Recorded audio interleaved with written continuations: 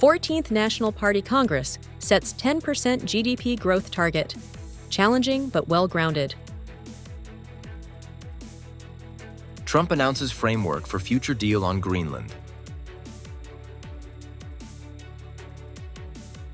Crackdown on smuggling and trade fraud ahead of Lunar New Year. Hello, so good to see you again in today's news. I'm Hoàng Yên, and here we go to first apply the show. The 14th National Congress of the Communist Party of Vietnam has set a target of average GDP growth of 10% or higher for 2026-2030 period. This is considered a major challenge, but fully grounded, reflecting the country's strong aspiration for development in new era. Discussing at the Congress, delegates noted that over the past year, Vietnam recorded GDP growth of around 8% and is implementing the most comprehensive reform in 4 decades to accelerate policy execution, streamline the apparatus, and restructure administrative units. A double-digit growth target for the next 5 years is a major challenge amidst complex global economic fluctuations, trade war threat, and global supply chain adjustments. However, the target is feasible given Vietnam's accumulated strengths after nearly 40 years of renovation, along with its growing international standing and credibility.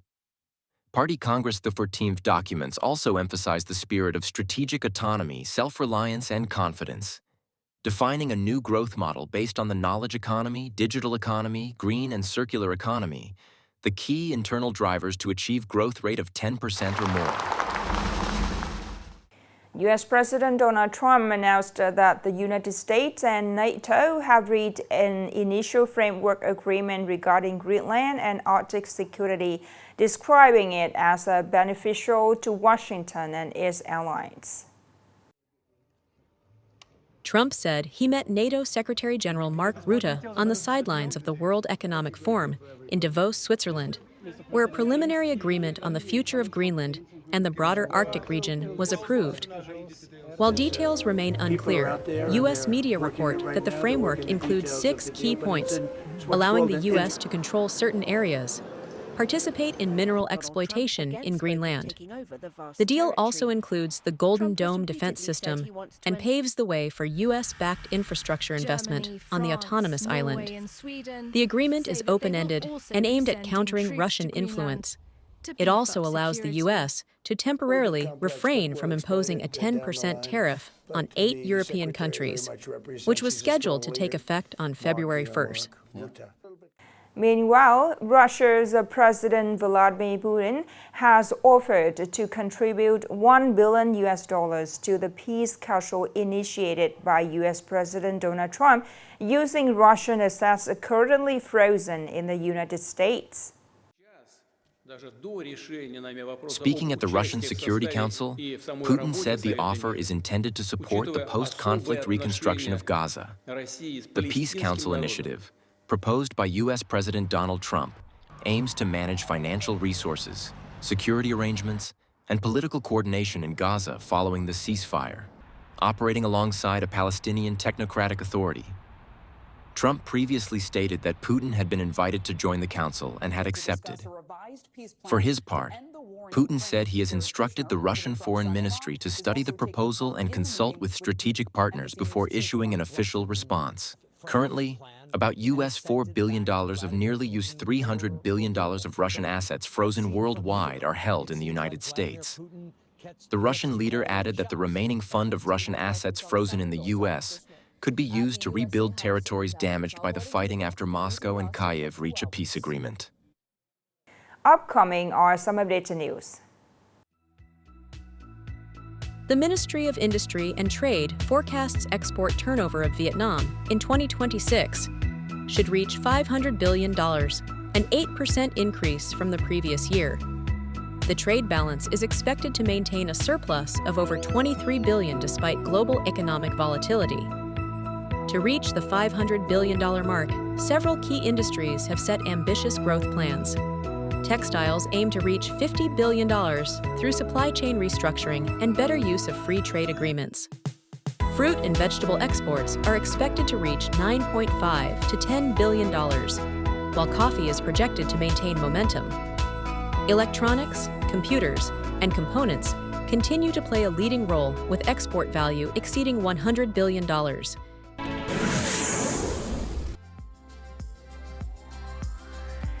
The Railway Project Management Board has submitted a proposal to the Ministry of Construction to upgrade the North-South Railway line in Phase 1, with total investment exceeding 4.5 trillion VND from the state budget.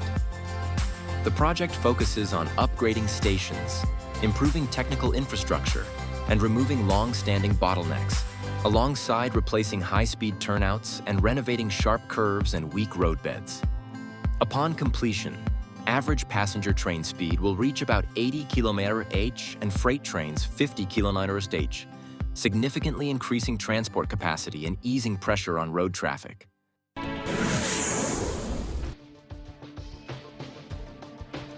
The Hanoi Opera House has been named one of Asia's most spectacular architectural works by the UK's Time Out magazine. According to the publication, the Opera House, built in 1911, is a must-visit landmark in the capital. Its giant Gothic columns and domes are an intentional simulation of the famous Palais Garnier in Paris, making it a recognized architectural gem of the city. This is a major structure built by the French colonial administration in Vietnam during the early 20th century.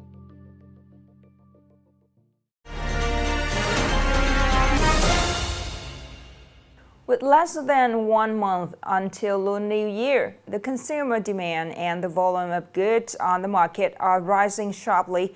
The risk of smuggling and trade fraud and counterfeit goods is also increasing.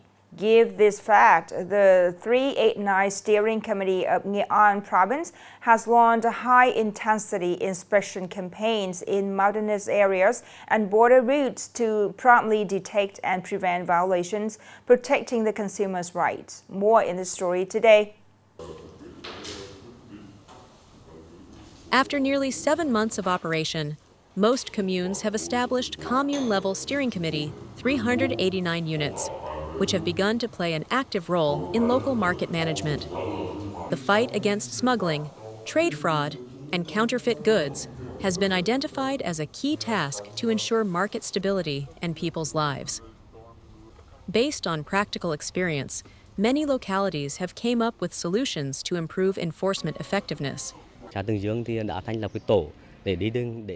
Following the directives of the Provincial Steering Committee 389, Truong Duong Commune has consolidated its force to prevent counterfeit goods, goods of unknown origin, and trade fraud. We have formed teams to visit each business household and informed villages so that people clearly understand and comply with regulations, and do not trade in goods without clear origins. At the local level, inspection teams focus on traditional markets, reminding traders to comply with regulations on labeling, origin, and invoices, while closely monitoring newly established businesses. Control has also been tightened along key routes and high-risk areas, especially border regions. Implementing the peak campaign against smuggling and trade fraud before, during, and after the Lunar New Year, the Border Guard has reinforced forces and applied comprehensive measures to grasp the situation early and from afar, especially beyond the border. Beyond the Border Guard and local authorities, forces such as the police, market surveillance, customs, tax, and science and technology departments are actively coordinating.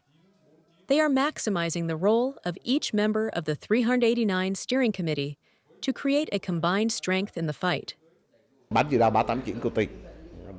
The Provincial Steering Committee 389 strictly implements directives from the government and the Provincial People's Committee, focusing on high-intensity struggle before, during, and after the Lunar New Year, particularly on goods that directly affect public health, such as food, medicines, fertilizers, pesticides, and functional foods.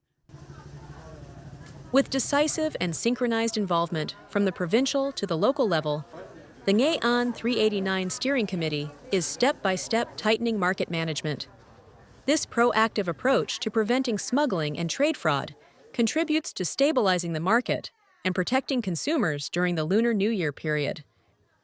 The last story just ended our news today. Thank you so much for your attention. Goodbye for now.